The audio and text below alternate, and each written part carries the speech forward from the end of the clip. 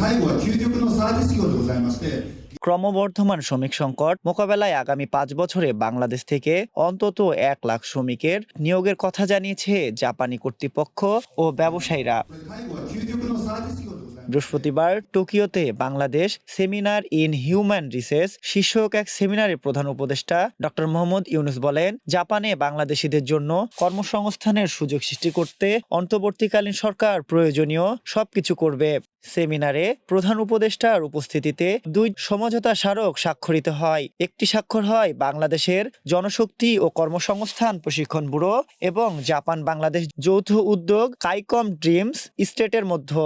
অন্যটি স্বাক্ষর হয় বিএমইটি। 介護は究極のサービス業でございまして、 জাপানের national business support combined cooperatives এবং জাপান বাংলা ব্রিজ রিক্রুটিং এজেন্সির মধ্যে। 介護は究極のサービス業でございまして、 সমাপনী বক্তব্যে জাপানে নিয়োজিত বাংলাদেশের রাষ্ট্রদূত দাউদ আলী বলেন, 2040 সাল নাগাদ জাপানে শ্রমিক সংকট 1,10,00,000-এ পৌঁছাতে পারে।